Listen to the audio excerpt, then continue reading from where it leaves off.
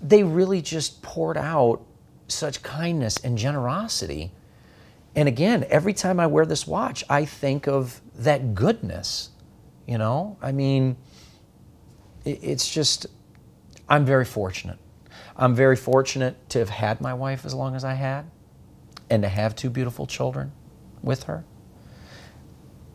And even in the wake of something so tragic, to have so much kindness and generosity. I mean, the people from my work, the people from my kids' school, the local community, the outpouring of kindness and love and help, it was just amazing. So I'm very, very grateful and lucky. Very, very grateful and lucky to have, that's amazing, to be like that. And on top of that, we had there was another event with the same group of people from the Cleveland event. That friend of ours that gave my kids the challenge coins, the contractor, he went back to Afghanistan for a while. And after he was done, they threw a party for him in Philly. So one of the Reistes there had made this specific strap just for that event.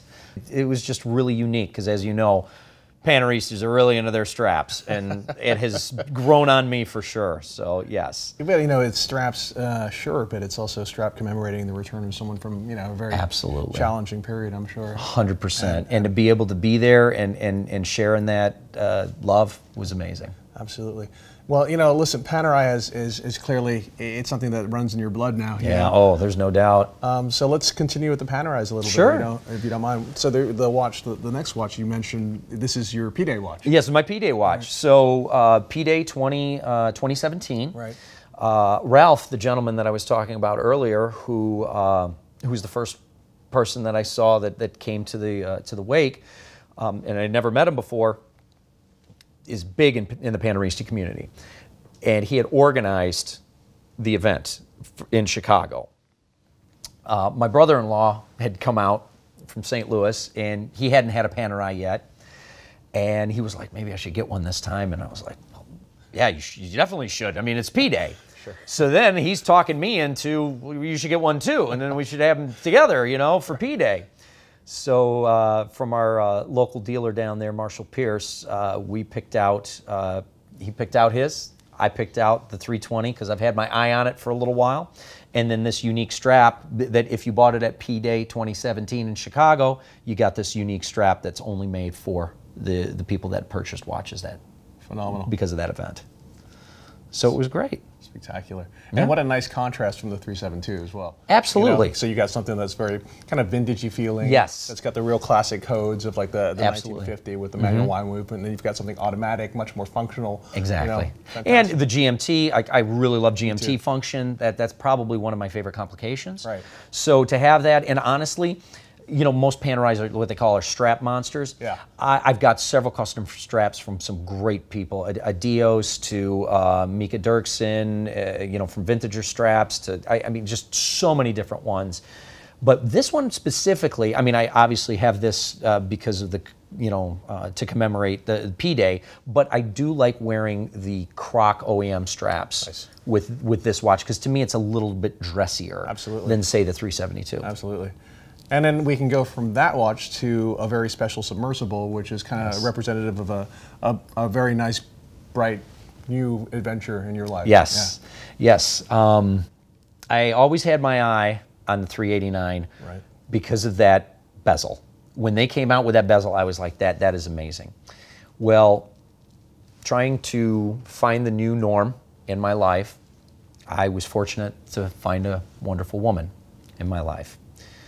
And she actually was like, I want to get this for you. Wow. So I couldn't, I flabbergasted last year for my birthday. Incredible. And was like, no, you need that watch. It's a beautiful watch. And Gina did that for me.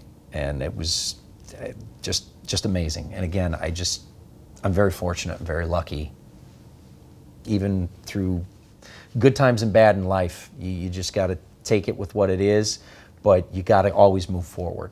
And I so think that's you a new have part of my life. Possibly the 3 most meaningful watches of any collector I've ever spoken to. You know. Well, thank you, thank you. And I guess you also got your girlfriend a watch as well. Yes, I did. Yes, I did. Which you brought with us. Yeah, I would love to share that. What happened was we were Red Bar first global meetup in Las Vegas 2 years ago, and it was in Vegas. So I'm like, you got to come with me. And she's like, of course, I'm going to go to Vegas. You know, why not?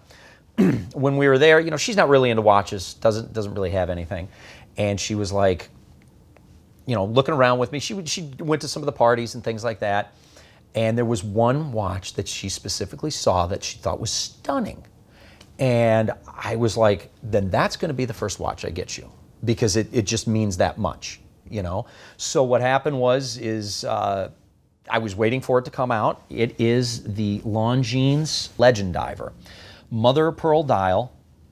It actually came on the bracelet, but I recently got the strap for her. Beautiful. But absolutely gorgeous piece. It just spoke to her. She was like, it's beautiful. It's like perfect. I love the styling because, you know, it's got that kind of vintage look to it. And yeah, it's got this absolutely. great kind of internal rotating bezel. Right, so it's still dive function. But it's got a mother of pearl dial as well, which right. is just so pretty, you know. Like Longines hit it out of the park with this. They make great heritage-based stuff. Absolutely. Fantastic.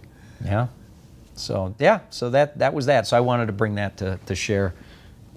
And then the Fortis that you brought, is that the watch that you would say you wear the most when you're doing like, you know, you're on the range or yes, right? Yeah. So the Fortis. Right. So I've had the Fortis for many years. I've had this for probably about 10 or 12 years now. I got it when I was in New York, and I always had my eye on it. I just thought it was just such a tough-looking watch, and it was affordable for me.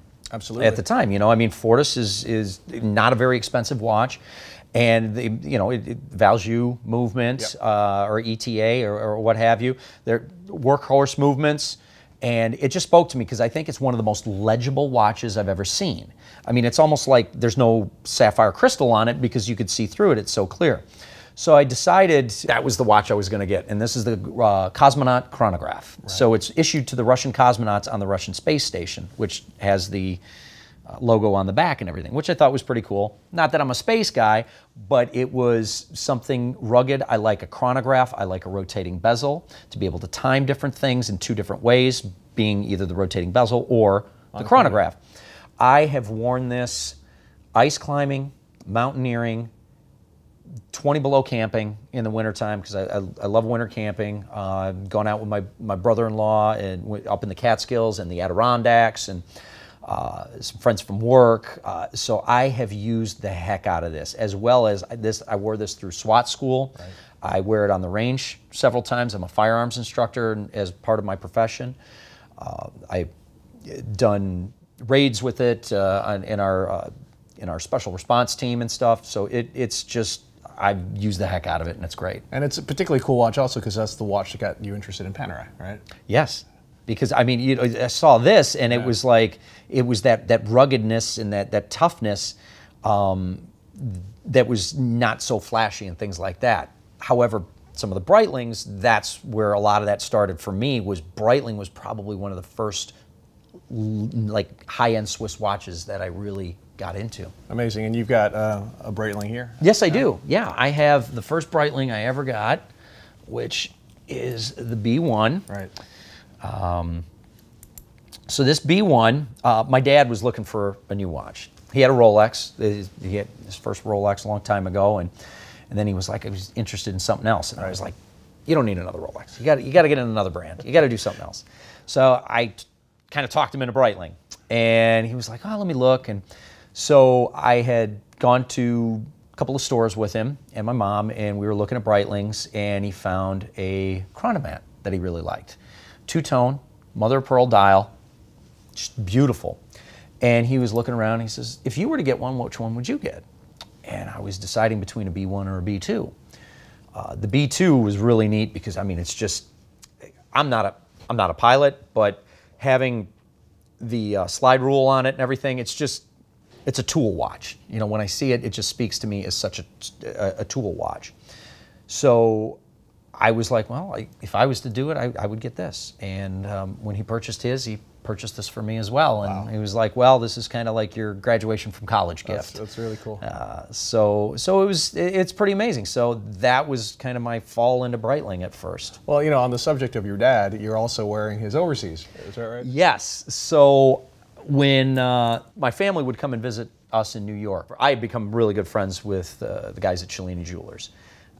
And I brought my parents there, and my mom got a Cartier there, my sister got a Cartier there, things like that. And my dad was looking, actually the first one that he got from Cellini was a Parmigiani. Oh, okay. And the Hebdomadaire, right, which is a beautiful, that was his first piece that he did. Manual wind, 7 or 8 day power reserve, I believe. Stunning watch. Kind of fast forward a little bit, when I transferred to Chicago 5 years ago, I was trying to find my new watch family around here, you know, what boutiques to go to, and there's several great boutiques in Chicago. I mean, it's absolutely amazing. One of the boutiques that carried Parmigiani, they're no longer there anymore, unfortunately, but I had been talking with one of the people there, Rose, who worked there for many, many years, and we started talking Parm. They carry Parm. I said, oh, my dad's got a Parm. She said, you need to come out to one of our events. I said, well, what do you mean? Well, Michel Parmigiani is coming to Chicago, and I'd like to invite you to the dinner. And I'm like, I'm a nobody. I don't know how this is happening. And I'm like, yeah. She's like, you should bring your dad. I said, absolutely. I'd love to do that. So my dad, unfortunately, couldn't go because they were in the process of getting ready to retire and selling their business, but he let me wear the watch. So I came to the event, got a picture with Michel Parmigiani, sat and talked with him for a little while, as broken English as he does, but what a gentleman, right. What an extraordinary watchmaker. But yeah, that was his, the first piece. But then when my dad was looking for a second piece, I was trying to steer him towards Vacheron, and he kept joking with me. He's like, you know, the only reason you're doing this is because you know it's going to be yours someday. I'm like, no, I mean, this is what I like, but whatever you like, you pick. So he actually liked this overseas dual time, and I loved it too. And just a few years ago, my dad hadn't been wearing it that much, and as much as he knows that I love watches, he was just like, you know what? Why don't you start wearing it? Instead of waiting until I pass away, I can watch you enjoy it. That's cool. So it's pretty amazing. So I'm very honored to have that. You wear it well, sir. Thank you. Yeah. And you know, let's maybe conclude with a watch that I think that it holds a particularly special place in your heart. Sure. And I guess that's that Citizen there. Yeah. Yeah. So this Citizen here, when